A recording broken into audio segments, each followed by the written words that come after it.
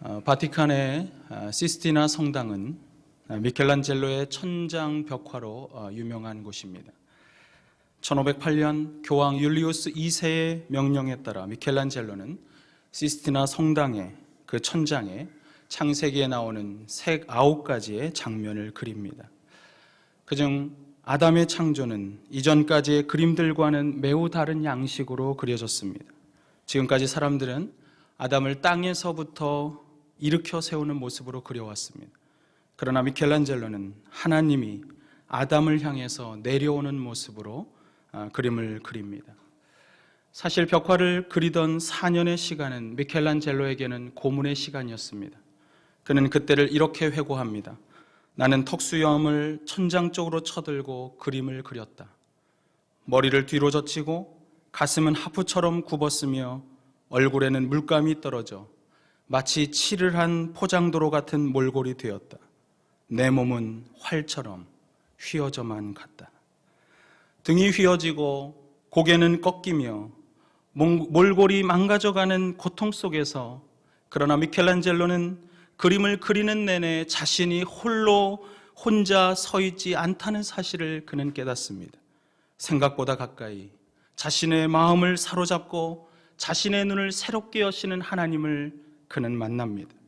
그래서 미켈란젤로는 아담을 빚으시고 그와 함께하길 원하시는 하나님의 마음을 대변하고자 하늘로부터 내려오시는 하나님으로 그렇게 그림을 그린 것입니다. 오늘 성경은 야곱이 외로이 인생의 길을 걷기 시작했다고 증언해 줍니다. 10절에 보면 야곱이 부엘세바에서 떠나 하란으로 향하여 가더니라고 기록합니다. 아버지 이삭과 그리고 형 에서를 속이고 도망자가 되어 멀리 하란을 향해 떠나가는 야곱. 아마도 그의 마음에는 형과 에서를 속인 장자권을 빼앗은 양심의 가책이 그에게 있었을 것입니다. 사랑 많은 어머니 곁을 떠나야 하는 외로움이 그의 마음을 지배했을 것입니다.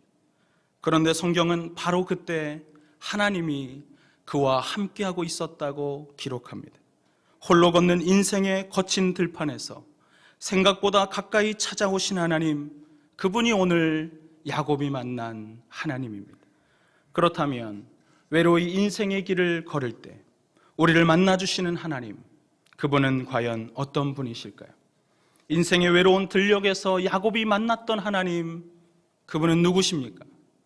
첫째로 우리에게 찾아오시는 하나님이십니다. 하나님은 우리를 찾아오십니다.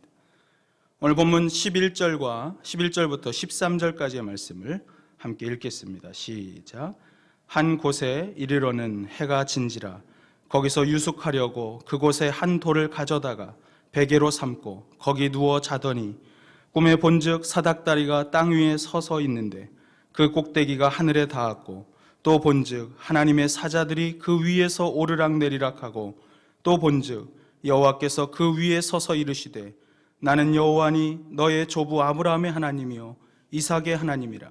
내가 누워있는 땅을 내가 너와 내 자손에게 주리니 고향을 떠나 야곱이 고향을 떠나서 약 100km 정도 떨어진 한 들녘에 이르렀을 때 석양에 해가 지기 시작합니다. 야곱은 그곳에서 한 돌을 취해서 자신의 몸을 누였습니다. 하늘을 지붕 삼아 잠을 청했을 때 수많은 별들이 아마도 그의 눈에 보이기 시작했을 것입니다. 여러분, 별은 배부르고 여유로울 때는 멋있고 찬란하지만 그 별이 배고프고 춥고 외로울 때는 갈등과 허무감을 주는 별입니다. 아마도 야곱은 자신의 처지가 이렇게 될 줄 몰랐을 거예요. 그저 장자권을 빼앗았을 뿐인데 그것이 모든 것을 잃게 할 줄을 그는 몰랐을 것입니다. 그는 모든 것이 부족했고 모든 것이 모자랐습니다. 본의 아니게 모든 것을 잃어버렸습니다. 어쩌다가 내가 이런 지경이 되었나? 이제 나는 어떻게 살아가야 하는가? 그 고민 속에 그가 잠이 들었을 때 그에게 한 가지 기적이 일어납니다. 그것은 바로 하나님이 찾아오는 것입니다. 사랑하는 여러분, 마음이 가난해지면 사람은 하나님을 만나게 됩니다. 내가 쥐고 있었고 내가 의지하고 있었던 그 모든 것을 내려놓을 때 내 건강, 내 재력, 그리고 내 지위, 그 모든 것이 무너지고 아무것도 내게 남은 것이 없을 때 여러분, 우리에게 한 가지가 남습니다. 그게 뭔 줄 아십니까? 그것은 하나님입니다. 우리가 절망할 때 하나님의 희망은 시작됩니다. 우리가 낙심하고 고통 중에 홀로 서 있을 때 그때 하나님의 꿈은 시작됩니다. 그래서 하나님이 그에게 찾아오신 거예요. 또 본즉 여호와께서 그 위에 서서 이르시되. 그런데 질문이 생깁니다. 그렇다면 하나님이 그동안 야곱을 한 번도 찾아오지 않으셨는가 하는 것입니다. 야곱이 지금까지 하나님을 믿지 않았던 것인가? 그동안 예배를 하지 않았던 것인가 하는 것입니다. 여러분, 야곱은 하나님을 믿었습니다. 수없이 예배를 드렸습니다. 아버지 이삭과 경건한 어머니 리브가로부터 그는 경건의 교육을 얼마나 받았을까요? 그는 장자의 축복의 소중함을 알고 있었습니다. 그래서 도적질한 것입니다. 그는 분명 하나님을 알았습니다. 그러나 야곱이 오늘 하란을 향해 외로이 인생의 길을 걷기까지는 그는 참으로 하나님을 만났던 것이 아니었다는 사실입니다. 지금까지 수없이 예배를 했고 수없이 희생제물을 드렸지만 그는 하나님을 몰랐습니다. 하나님을 바라보지 못했습니다. 그가 교만했기 때문에, 그가 자기중심적이었기 때문에 수많은 희생제물과 예배가 있었지만 주님을 모른 채 인생의 길을 걸어왔다는 사실입니다. 사랑하는 여러분, 우리가 지금까지 얼마나 많은 예배를 드렸을까요? 얼마나 많은 설교를 듣고 얼마나 많이 주의 만찬에 참여하며 성경을 지금까지 읽어왔습니까? 그러나 하나님을 만나지 못한 채 10년, 20년을 명목상의 그리스도인으로 살아가는 오늘날의 야곱, 그들이 우리 가운데 많다는 사실입니다. 저는 오늘 저와 여러분이 그 하나님을 만나게 되기를 바랍니다. 지금까지 수없이 찾아오며 인생의 모퉁이마다 내가 여기 있다고 그렇게 말씀하시는 하나님을 오늘 정말 만날 수 있게 되기를 바랍니다. 야곱은 지금까지 하나님에 대해서 몰랐어요. 야곱에게 하나님이 그렇다면 그제서야 찾아온 것이었는가? 그렇지 않습니다. 하나님은 그전부터 찾아오셨습니다. 그런데 이제야 야곱이 눈을 들어 하나님을 보았다는 사실입니다.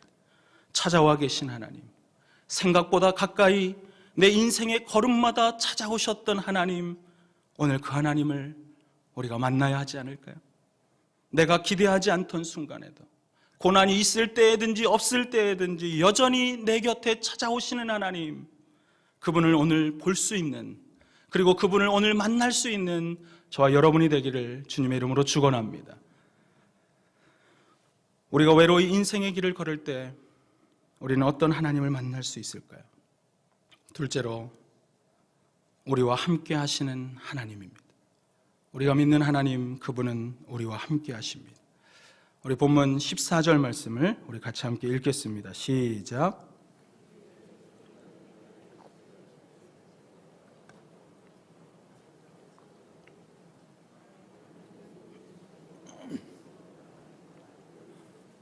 네, 13절에 보면 나는 여호와니 너의 조부 아브라함의 하나님이요 이삭의 하나님이라. 그렇게 소개하신 하나님은 이전에 조상들에게 했던 약속의 말씀들을 여기서 이어갑니다.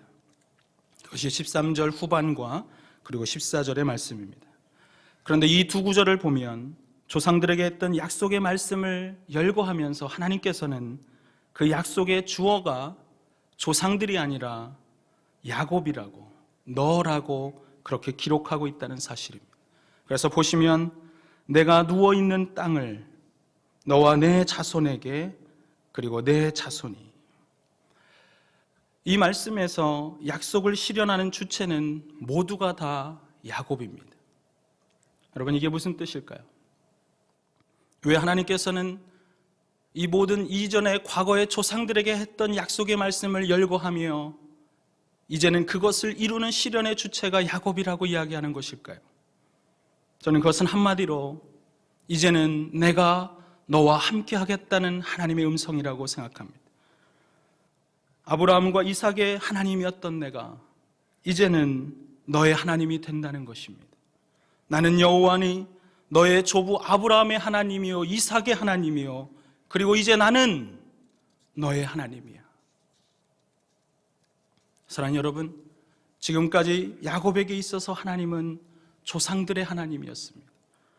저 멀리 계신 하나님, 그래서 도망자가 되어 하란을 향해 떠나가고 있는 지금 그는 여전히 자신이 홀로 인생의 길을 걷고 있다고 생각했을지 모릅니다.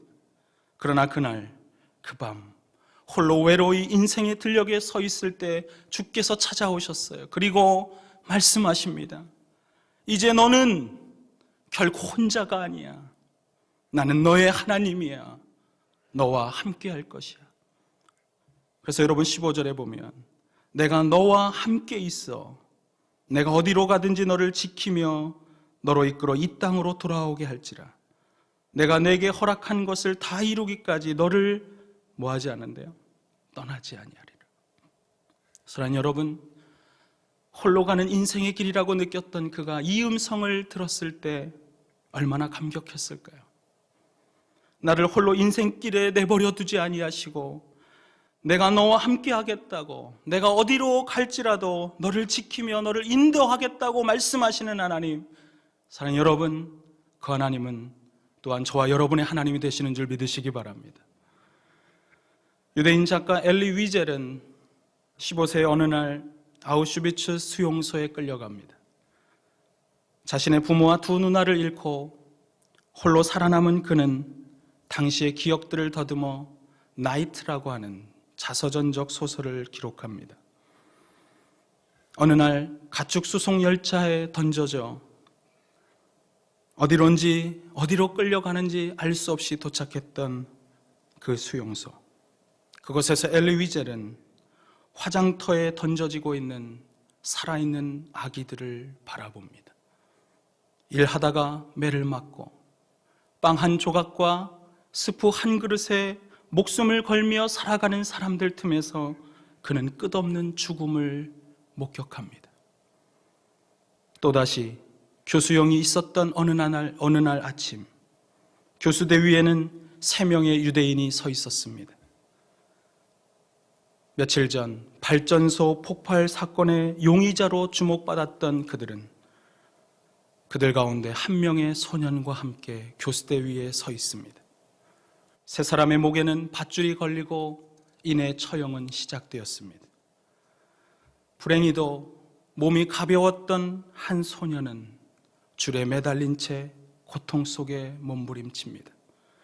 30분 넘게 삶과 죽음을 넘나들며 고통 속에 죽어가는 그 어린 소년을 바라보며 저 뒤에서부터 누군가가 이렇게 외쳐요. 하나님, 당신은 지금 어디 계신가요? 엘리 위젤 역시 원만 섞인 울음을 터뜨리며 차마 그 장면을 다 볼 수 없어 눈을 가린 채 이렇게 외칩니다. 하나님, 당신은 어디 계신가요? 저 고통받는 아이를 보지 못하시나요? 바로 그때 엘리 위젤 안에서 한 소리가 들려옵니다. 내가 어디 있냐고? 나 여기 이 소년과 함께 매달려 있지. 나 여기 이 교수대에 이 소년과 함께 매달려 있지. 사랑하는 여러분, 오늘 인생의 길이 고난이라고 느껴지시는 분이 있습니까? 오늘 살아가는 인생이 나 홀로 외로이 고난을 목격하며 도대체 주님은 어디 계신가요? 외치며 가는 그러한 인생의 길이 있나요? 오늘 주님 말씀하십니다. 내가 어디 있냐고? 여기 너와 함께하고 있어. 우리 주님은 우리와 함께 하시는 하나님이십니다. 우리를 사랑하셔서 자신을 저 십자가에 거셨던 그 주님은 우리를 죄에서 구원하셨을 뿐 아니라 오늘 우리와 함께 우리의 인생의 걸음마다 함께 하시며 내 인생의 모퉁이마다 하나님 어디 계시냐고, 나는 외롭다고, 나는 힘들다고, 하나님 어디 있어요? 그렇게 외칠 때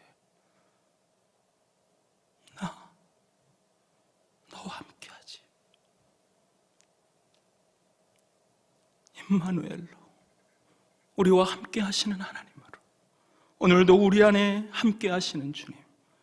그러므로 사랑하는 여러분, 그 하나님이 우리를 지키며 우리를 인도하시며, 내가 오늘은 홀로 가는 인생인 것 같지만 비록 나 홀로 인생에 들려 서 있는 이 밤이 힘겹다고 말할지 모르지만, 나는 모르지만 생각보다 가까이 찾아와 나와 함께 하시는 하나님, 그분이 나를 지키시며 인도한다는 사실을 믿을 수 있는 저와 여러분의 인생의 걸음이 되기를 주님의 이름으로 축원합니다.